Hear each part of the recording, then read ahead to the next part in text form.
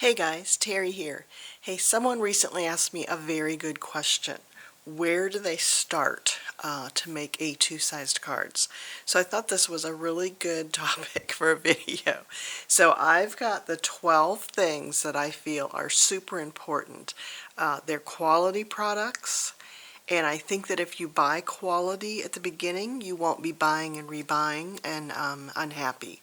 So the first thing that I always recommend to people is this is Nina Solar White cardstock, and it's 110 pounds. So it is a very, very sturdy cardstock. So Nina is a brand name that you can buy online. Michael's is starting to carry 110 pound. They've got it in white and craft and black. So, get that when it's on sale. But if you want to get started, I would suggest that you buy a 8.5 by 11 heavy 110 pound cardstock. So I'll have links down below to the products that I recommend. If you use my links, I make a few pennies on those purchases at no cost to you. So I love having the cardstock that is nice and sturdy. So then what I recommend is having a cutter, a paper cutter. Now I like the Ranger Tonic Studios guillotine cutter. There's just something about this blade on here. I've had this for many years. This blade has never dulled, and I think they claim that it's self-sharpening. So the nice thing about cardstock that's 8.5 by 11, if you cut this in half, so remind yourself that it's 8.5 inches this way, which is 4 1/4. You can cut it long ways, or you can say to yourself, this is 11, so 5 1/2 is half of that. So then you could cut it this way. So that's the size of an A2 card that will fit in a standard envelope. Okay, so it's great to have 8.5 by 11 paper. So I'm going to cut mine this way. I like to make it top folding just because I think it's unique. It's something different from what you get at the card stores. So I'm going to cut this in half. And like I said, this is a guillotine cutter. I like the long one. They make smaller ones, but then you can't cut your 8.5 by 11 paper. So I always say, one size, and then it fits all the needs. So I like that. And then the thing that I would recommend is when you go to fold this in half, because it's so thick, it's going to make breaks in the paper here. So the way to avoid that is having a score pal. Now this is one by We Are Memory Keepers. Score pal is the one that I would recommend. I had a large score pal and decided that I just needed a little one. So this one is nice because I can put my paper in here, and it comes with a little score tool, and I just run that along the 5 1/2 inch mark, and then that has put a crease in there so that I can fold this in half, and then I can also run my tool along here, and that will make it stay closed. So this is a nice heavy cardstock, so you need that score pal to just put that crease in there. Otherwise this is just going to be a mess when you manually fold it. Okay, so love that, love the scoreboard. Most of them come with a little tool that lets you do that pressing. So highly recommend that. And then when it comes to stamping, because you are going to stamp sentiments on your card, at the beginning I bought blocks, and of course you needed different sizes for different size blocks to make it work well. So I started out buying this. I don't recommend buying the blocks because I think it's handier to have a MISTI. Now the MISTI tool is pricey, but so was buying all the different size blocks. So there's 3 sizes to the Misty, and you can see mine is very well loved. So this one fits a standard A2 size card, and there's a larger one if you are going to stamp, say you have something floral and you want to stamp it bigger than the card. I started off with the little Misty, but then I did realize there was times that I wanted this larger one. This one is 6.5 by 8.5. So it's up to how your budget is. This one works fine. It's a nice travel size, and it may be the only size that you need. You're usually stamping a little sentiment or, on a little scrap piece of paper. So this size may work for you, but do know that I did eventually switch to the larger one. And if you haven't used a Misty before, what's nice about the Misty is you can put your piece of paper in here, place your stamp where you want it, pick up the stamp with the door, and then you're able to ink and re-ink. Because let's face it, whenever you stamp, you're inevitably going to miss a spot. So it is so nice to have your piece of paper, you put it down in the corner, and you can re-stamp. So love that about it. Now, speaking about ink, I like to use a brand called VersaFine, and this is Onyx Black. Onyx Black is the darkest black that they make, so love that about this ink. People ask me why my stamps, sentiments and stuff are so crisp, and it's because of this ink. It's got a wonderful pad. I've had this for many years, used it, I use this every month, and it has never dried out. Now you can buy refills for it. I have never had to. It's probably just now, after 10 years, getting to the point where I need to re-ink it. But really highly recommend this type of ink. Another thing I think I would avoid is you don't need inks in every color.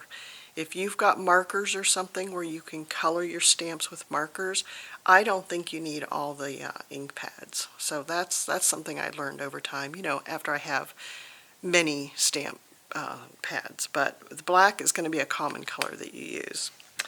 Okay, and then when it comes to wiping off the ink off of your stamps, I recommend having one of these stamp chamois. So there's many brands now that are made.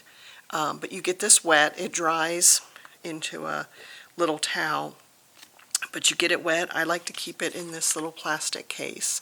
It keeps it wet. If I'm not making cards, I do let these dry out. But this is really nice for wiping off your stamps. It gets all the ink off, and you can see these are very clean when you get them.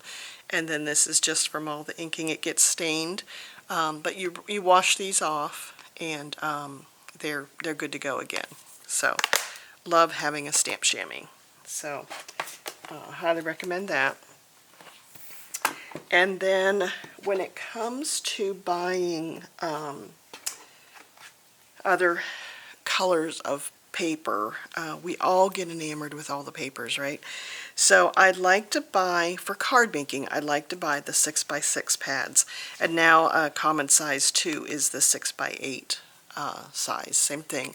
These are nice because what they've done is they've taken the design and then shrunken it down to be the appropriate size for cards. So it's just nice to get something that has a small print on it, and then that way it's a good size for a card. So love to buy the 6x6 pads. You can usually find them on sale, and I would remind you to keep in mind the themes that you're going to make. If you're going to make birthday cards, sympathy cards, Christmas cards, then buy that type of paper.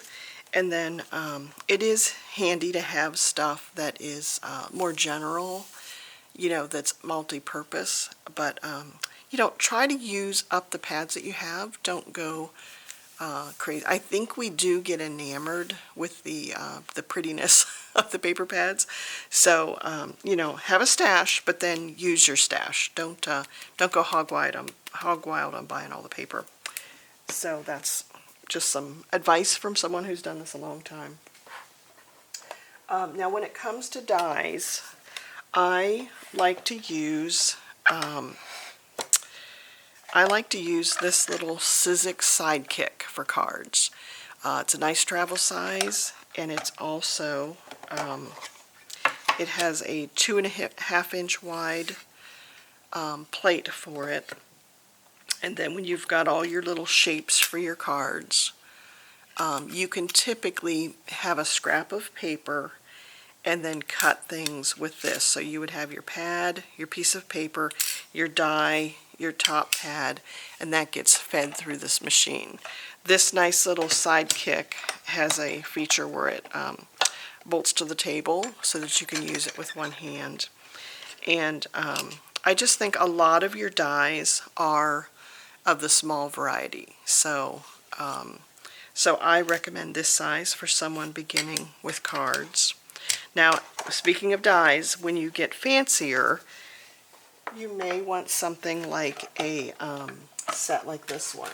So Gina K Designs is an online brand, and I recommend her master die sets because these are made for the size of an A2 card, and it's just got some standard shapes that you would use. The thing about this though is you're going to need a larger cutter. You can see these. This is the front of a card. This is the front of an A2 sized card. So that's going to fit on top of your card, and it's going to make a nice cutout there. And then what's nice about Gina's sets is it's got 2 layers. So you could have your image or sentiment on this front layer and then put a coordinating color behind it. So she has designed these dies to be an excellent, just excellent patterns for some of your standard card sizes. But that may be for down the road. As a matter of fact, I just did a video on making ones with these 2 ovals. So I had my sentiment on this piece, and then this has a little scallop on it, and that was able to just give a little bit of color behind that piece. So I think the nicest cards are the ones that are layered, and Gina's just done an excellent job of making. This one has a stitch around it, so she's just come up with excellent sizes. Let me show you the card that I just made. So this is using her pieces. So the large piece cuts this. Notice it leaves a little bit of an edge along the outside. And then there was this piece with the stitches, and it's got a layer behind it. And then this is the oval. So she's just thought through those standard sizes that you need. Okay, so speaking of sizes, this is something that I learned along the way, and I think this is really handy. So I talked a little bit about cutting an 8.5 piece of paper in half, and that's going to make your standard card base size. So that is really handy. But I also want to tell you that taking a 6x6 piece of paper and cutting it, so we're going to cut this in half, just like we did the 8.5 by 11. If we cut this at 6 inches and then cut it at 4 inches, so you can take that 6x6 piece of paper and get 6 of these colored pieces. If you take that, it's going to be just about the right size for that card front, that layered piece of color for you. So let me show you. Okay, so this is the card base we made. So if you have either colored cardstock in 12 by 12, or what I like to do is, after I've scrapbooked and I've got scraps, I cut the scraps into 4 by 6 pieces, and then they're ready to be a background on my card. So notice it's a little bit too big.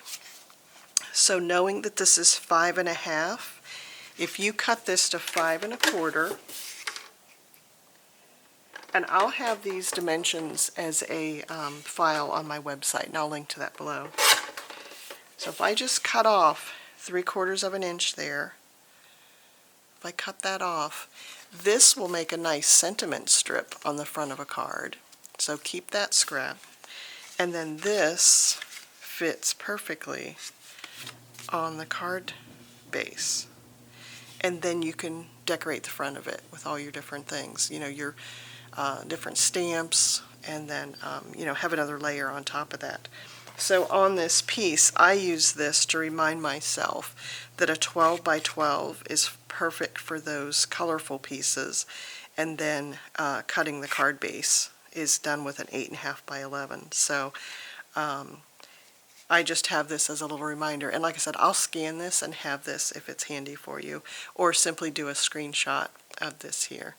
So I just find that really handy. So for the person who's just getting started, oh, I also want to mention that I like to use this Tombow liquid glue.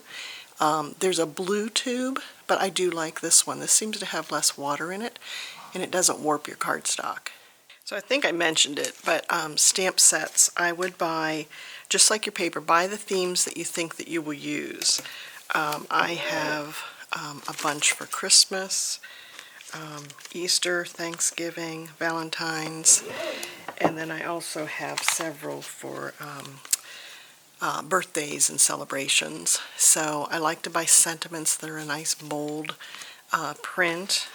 This is one that I bought that had wish and then a lot of little sentiments, so that's cute.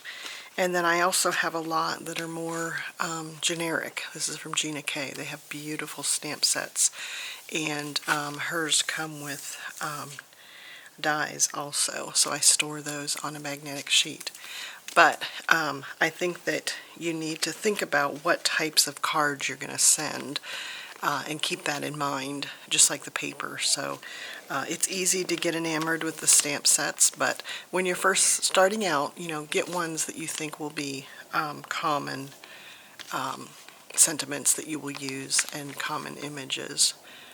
So I like to use pattern paper and then put a little sentiment on it, and then you know, there's also stamps that have nice sayings for the inside of cards too. Those are handy to have. So store them by theme, and don't go overboard.